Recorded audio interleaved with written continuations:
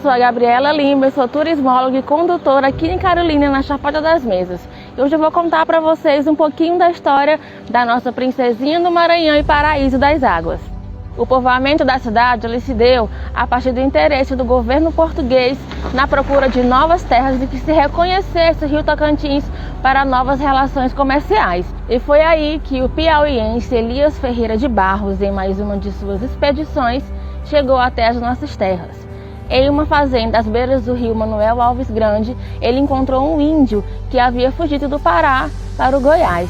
E esse índio comentou com Elias Ferreira de Barros sobre um grande rio que ele havia navegado. Continuando a busca por novas terras, Elias Ferreira de Barros e Manuel Coelho Paredes encontraram terras próximas ao rio Tocantins e lá construíram currais de gado para a criação deles. Só que nessas terras já havia os índios macamecrãs, que após alguns anos foram expulsos daqui. Já em Belém, Elias Ferreira de Barros resolveu retornar a essa região, mas quando chegou aqui, ela estava abandonada. E ele resolveu ficar e desenvolver essa região, que mais tarde chamaria-se Carolina. E você sabe por que Carolina? É em homenagem à imperatriz do Brasil, esposa de Dom Pedro I, Carolina Josefa Leopoldina. Ela veio ao Brasil para se casar com Dom Pedro I e chegando aqui se apaixonou por essa terra. E conta-se que o nome da nossa cidade foi em homenagem a ela por conta da importância que Maria Leopoldina teve no processo de independência do Brasil.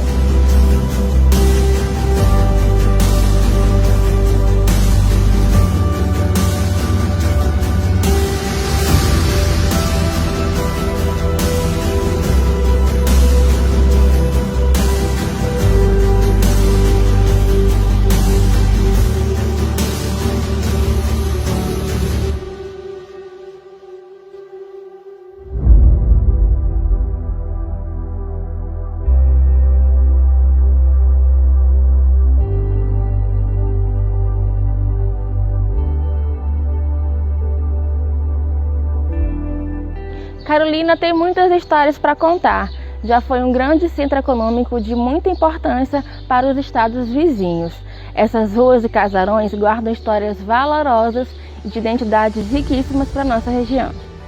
O núcleo urbano cresceu a partir da Beira-Rio e esta é a Rua Imperatriz, a primeira rua do Arraial de São Pedro de Alcântara, que já foi chamado de Rua da Estrela e de Rua Capitão Joca Aires. Aqui existiam na época apenas 9 casas e ficavam localizadas próximo ao rio, importante meio de viabilidade econômica. A terrinha foi crescendo e quando se pensava em economia, foi conhecida como uma das cidades mais próximas do Maranhão. Destaque no jornal impresso, um dos melhores aeroportos da região, destaque também na geração de energia com a primeira hidrelétrica da Amazônia e a segunda do Nordeste, fábricas e cinema. Hoje a cidade volta a se destacar especialmente através da atividade turística. A fé e a identidade cultural caminham juntas e a igreja sempre esteve presente para contar histórias do passado e do presente. Em Carolina, os habitantes manifestam a sua fé e religiosidade de várias formas. A evangelização no Maranhão começou em 1625 com os padres jesuítas visitando comunidades ao longo do Rio Tocantins. Porém, a evangelização no nosso estado sempre contou com a forte presença franciscana capuchina.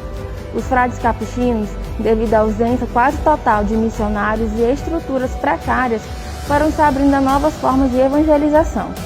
Em Carolina, os frades se estabeleceram por 59 anos, quando então a paróquia passou a ser administrada por padres diocesanos, enriquecidos pela presença das irmãs capuchinas auxiliadoras dos trabalhos missionários. Por volta de 1935, elas providenciaram a fundação do Educandário Nossa Senhora da Piedade, mais tarde ginásio Dom Emiliano Lonati, e hoje funciona uma escola no local. Essa é a nossa catedral que leva o nome do nosso padroeiro, São Pedro de Alcântara. Ela tem uma longa história.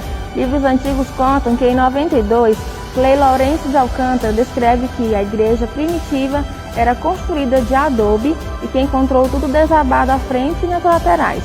E foram feitas sucessivas reformas e adaptações que modificaram bastante seu interior. Hoje, como vocês podem ver, ela conta com paredes ornamentadas com pinturas sacras e inspiradas em afrescos renascentistas. A fé católica é traduzida em festejos, romarias, promessas, missas e outras inúmeras atividades da igreja. E por falar em festejo, em outubro acontece o festejo de São Pedro de Alcântara, que é o nosso padroeiro. Ele nasceu na Espanha e desempenhou diversos cargos na ordem franciscana. Modelo de perfeição monástica, ele dedicou-se à pregação impulsionado pelo zelo das almas. Dos nossos festejos de São Pedro de Alcântara, você pode participar da programação da igreja, saborear comidas típicas, se divertir no parque ou ainda participar dos leilões e almoços promovidos pela Diocese de Carolina. Na nossa região também tivemos a presença de igrejas evangélicas que estiveram aqui na missão de evangelizar e alfabetizar crianças e adultos. Como exemplo, temos os pioneiros, que são da Igreja Batista de Carolina, e a família Cohen, que chegou de Belém a Carolina para ficar aqui e também evangelizar crianças e adultos, fundando depois a Igreja Assembleia de Deus. Luzia Aires de Carvalho convidou seus familiares para aprender e ouvir as doutrinas de Allan Kardec em sua residência. As reuniões foram ganhando adeptos e hoje o Seara Espírita de Carolina tem a sua própria sede na Rua Ricardo Martins. Você já deve ter ouvido falar de muitas lendas e contos de histórias misteriosas e horripilantes.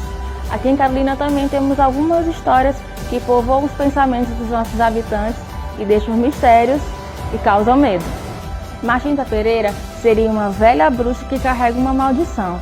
Ela passa a noite pelas ruas escuras assoviando para que o dono da casa lhe ofereça fumo ou tabaco, e no outro dia ela vem buscar. E se você não tiver, se você não der a ela, ela fica gritando: quem quer? Quem quer? E se alguém responder eu quero, você vira Machinta Pereira. Uma outra lenda existente também é a do Capelobo. Você também já deve ter ouvido falar.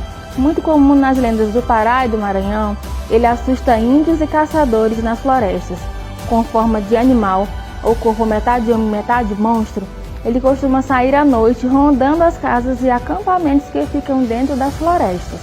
Costuma apanhar cães e gatos recém-nascidos, mas quando captura um animal maior ou um homem, ele quebra o crânio e come o cérebro e bebe o sangue. Só é morto com ferimento no umbigo.